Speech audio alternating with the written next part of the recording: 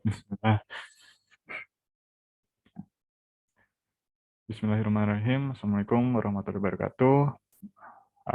Kami di sini dari kelompok kedua, di mana kami di sini akan menyelesaikan atau mencari solusi dari permainan congklak menggunakan dua algoritma, yaitu algoritma backtracking dan brute force.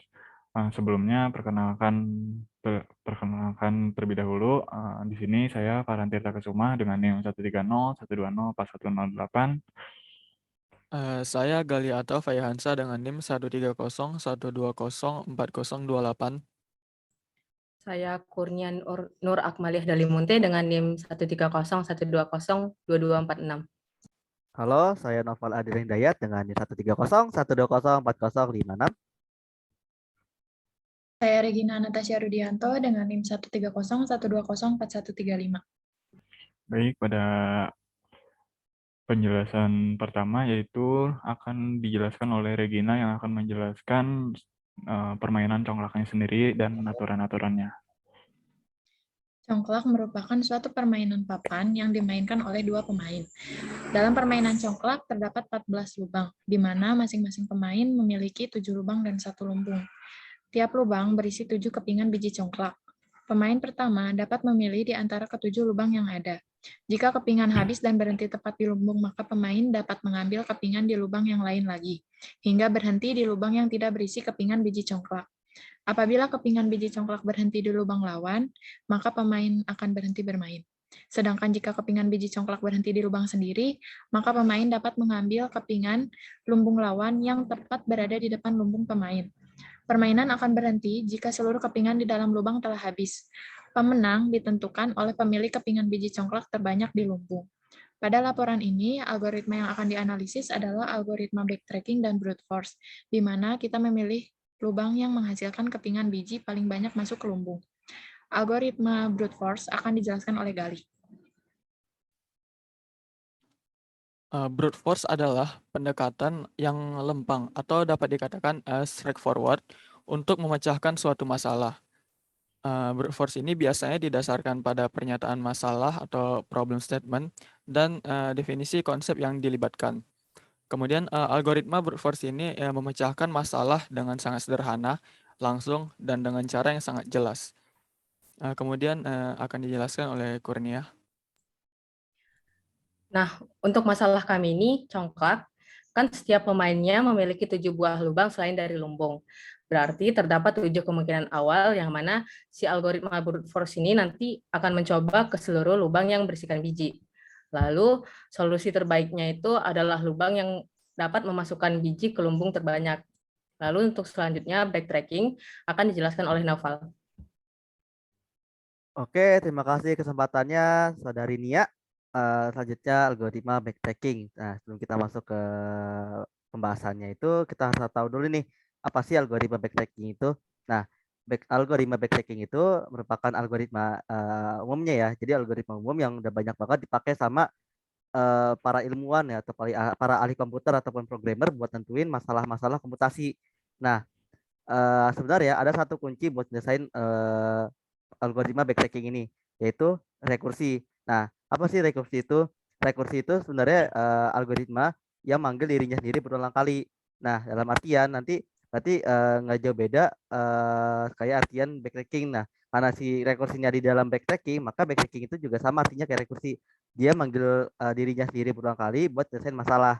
Nah, backtracking juga merupakan algoritma umum yang bakal digunakan untuk menemukan semua atau beberapa solusi terhadap masalah komputasional. Nah, nanti proses dari backtracking itu bisa diaplikasikan hanya pada beberapa masalah yang cuman punya konsep solusi kandidat parsial. Nah, sama tes yang cukup relatif cepat buat menentuin apakah ada kemungkinan solusi tersebut valid apa enggak. Nah, kemudian algoritma backtracking juga akan menghitung kumpulan kandidat parsial yang dalam prinsipnya itu bisa diselesaikan dengan berbagai cara untuk memberikan berbagai kemungkinan solusi ke permasalahan yang bakal diselesaikan. Nah, secara konseptual nantinya setiap kandidat parsial itu bakal direpresentasikan jadi node dalam struktur pohon. Jadi kayak kita bikin pohon nih, ada bulatan pertama atau turun lagi ada bulatan kedua. Nah, yang merupakan yang mana struktur pohon itu yang merupakan sebuah pencarian dari kandidat potensial penyelesaian dari masalah. Nanti setiap kandidat parsial itu merupakan turunan dari kandidat yang beda dari asalnya yang punya langkah perpanjangan dalam penyelesaian. Nah, terus turunan dari kandidat parsial juga itu nggak bakal diperpanjang lagi. Nah, udah dari pengertian umum dari algoritma backtracking, selanjutnya penggunaan algoritma backtracking buat tentuin masalah atau menyelesaikan masalah dalam permainan coklak yang bakal dilanjutkan oleh saudara Farhan. Kepada saudara Farhan dipersilakan. Baik, untuk penyelesaian masalah permainan congklak ini, di sini kami akan membagi menjadi dua kondisi.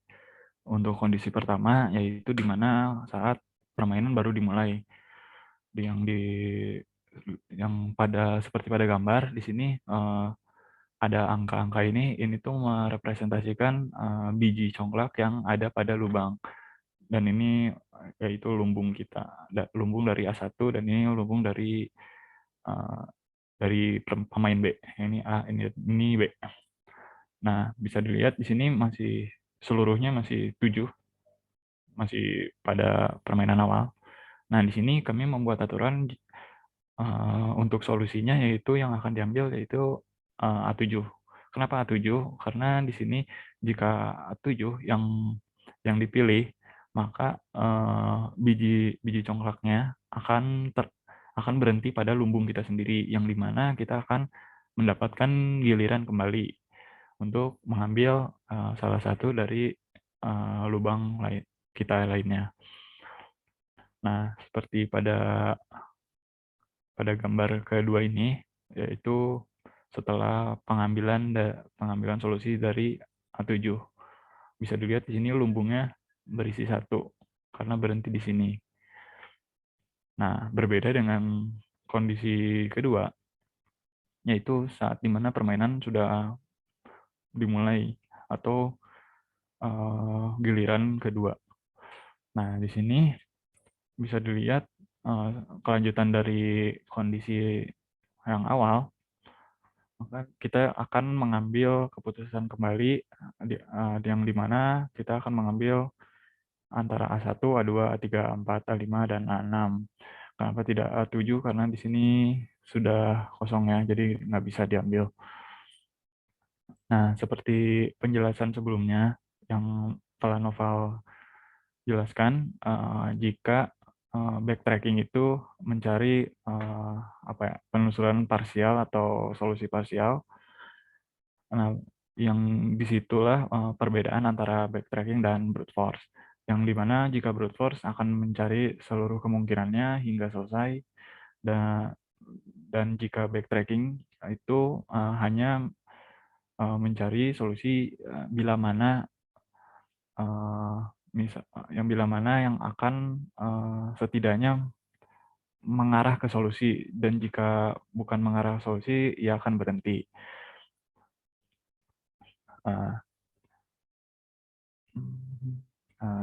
Bisa dilihat dari sini, dari pohon penelusuran ini,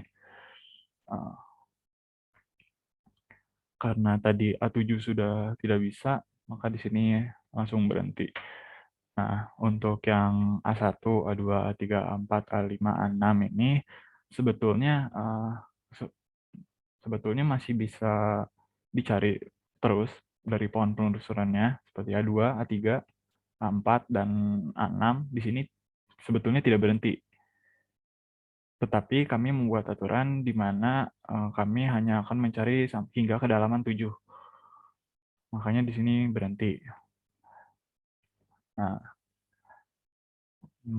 kenapa yang A1 dan A5 ini berhenti sebelum kedalaman 7? Karena biji congklak terakhirnya berhenti pada lumbung, yang dimana kita akan mendapatkan giliran lagi.